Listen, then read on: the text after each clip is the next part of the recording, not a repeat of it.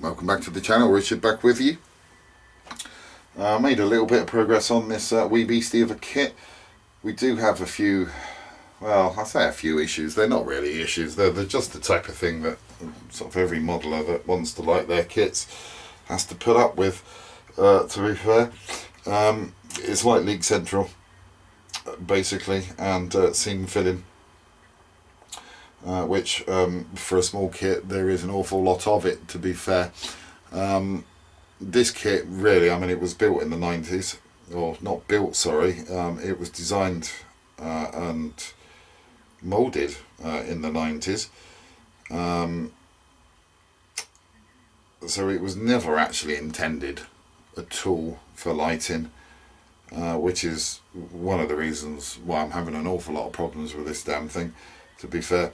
But you know, we overcome these things, and we just persevere and get on with it. Most of the light leaks, most of the horrendous light leaks, are around the front, especially around the tusk area, because none of the panels actually fit properly, especially up in these parts here. Although the kits, the parts do fit together really well,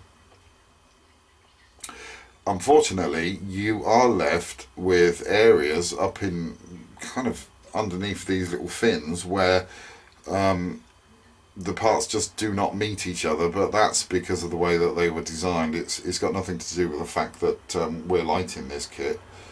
It's just really the kit was just poorly designed back in the 90s. I'm kind of guessing maybe that they didn't have the tooling around at the time, or maybe the technology, I'm not really sure, to be fair, to be able to get in there and make sure that all the components actually met. So unfortunately you get horrendous light leaks around there, and also underneath as well, especially where the bottom bit actually fits in. I'm not sure why Revell decided that the hull of this kit was going to be in 3 separate pieces. They could have just done it in 2 really, and I think that would have actually helped with the light leaks. But unfortunately all around here you get light leaks. I have used a combination of perfect plastic putty to do all of the main areas that you can get to with this stuff, and I've been using a syringe and watered down Elmer's glue to get into the areas where you can't get to with the perfect plastic putty. The good thing is with the Elmer's glue is it does fill the gaps up. Obviously it doesn't stop the light leaks because it does turn transparent once dried, but that's not really a biggie, because we've got those light leaks covered. We can then just go back in with the primer and spray the primer down, and that will actually then resolve all the light leaks in those areas for us. It's just really, with this kit, it's just monotonous, because especially with the Elmer's glue, because you're watering it down, it takes that a little bit longer to dry.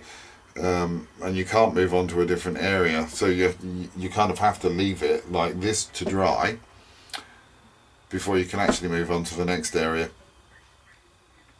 So the only areas that we've got now to deal with for light leaks are the around the areas where I've actually put the lights in for here, because we've had to build, I'll show you actually on this one, we've actually had to build little light boxes that run into the ship itself,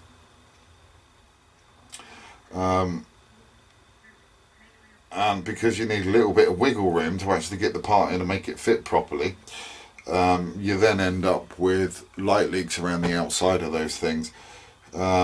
Now what I've done again is with those, I've used that because that's the best way to do it, and it'll actually sink down into that hole. So all I need to do is actually spray them now, and that'll be done.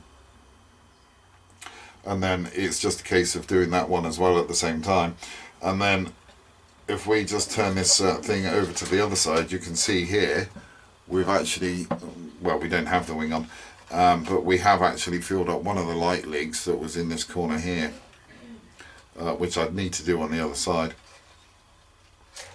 So yeah, it's just, unfortunately with this kit, it is just light leak central, and seam work at the moment.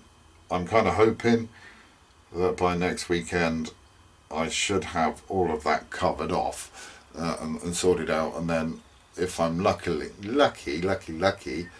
I can get this completely finished off by the end of April.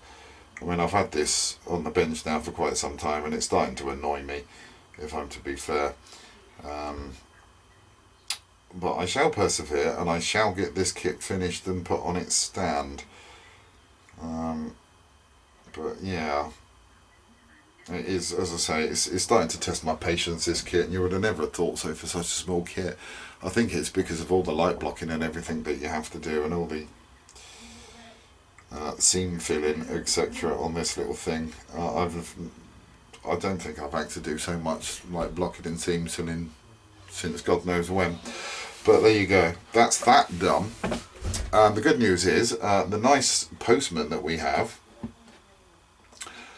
dropped me off a little present that I've been waiting for since December, and that is this little kit here. And it's one of my Holy Grail kits, this, and I'm glad I've now got it. This is a really nice kit. All the windows open up on it and everything. All the windows, sorry, are actually already opened up, and you've got glass to put in there, which is really good.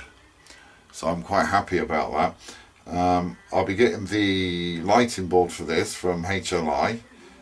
Kenny there does light boards for numerous kits. And to be fair, they are a very, very good price, and they are extremely small boards. Obviously, me being me, I won't be putting the actual lighting board in the kit itself, because I don't like to, because if they go wrong, you've then got to crack open the kit to actually dig out the lighting board. So I just always put them in their stands. I think it's just safer that way, and it gives me peace of mind that if something does go wrong, all I have to do is open up the stand, which isn't a biggie. So that's what I'll be doing. Also, I'll be waiting on either Paragraphics or Green Strawberry to come up with the photo etch for this kit, if there is any needed. I'm not really sure, but I'm pretty sure there most probably is photo etch for this, or most probably will be photo etch for this. The only thing that I'm going to have to modify on this kit per se really are the warp engines. Obviously these don't light up, which is a shame, but you know, it's from that era. The thing that does bug me is the fact that the warp engines don't have the panel lines already built into them. So what I'm going to have to do is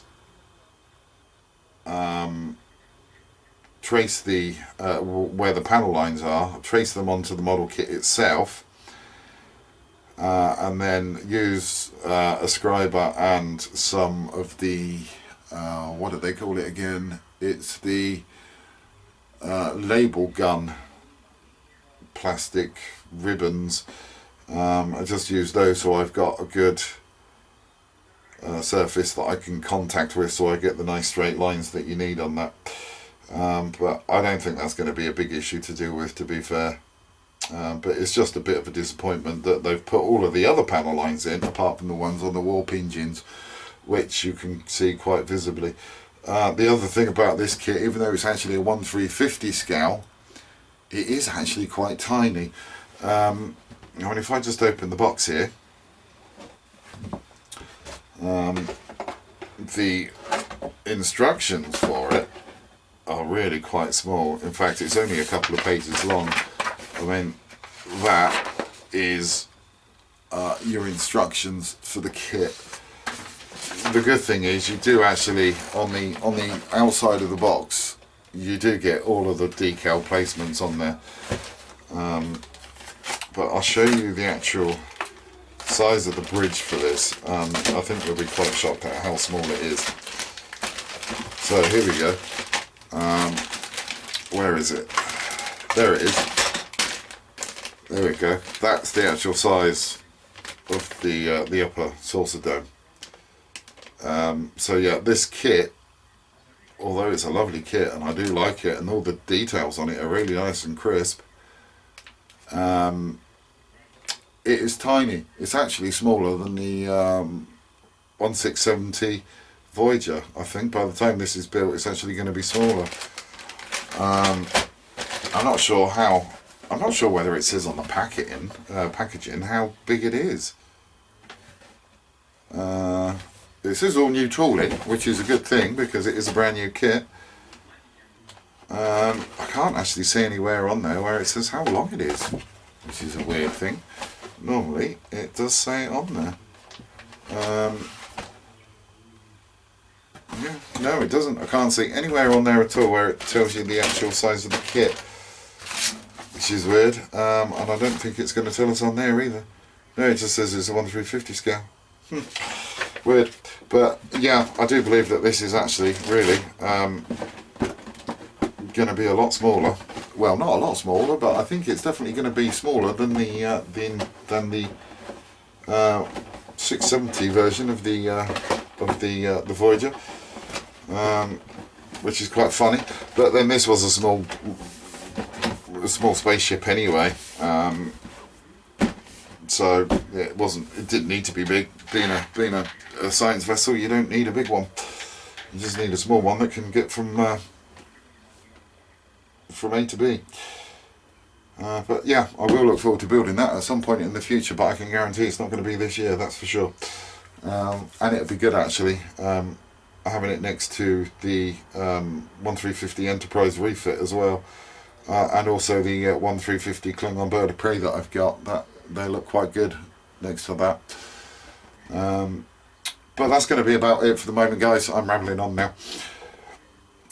So I will catch up with you in the next update on the Kazon Raider or Fighter, whichever one it is. I can't remember. I think it's the Raider. I think it's a Raider. But I'll catch up with you in the next update on that kit. So as always, guys, until then, please do take care.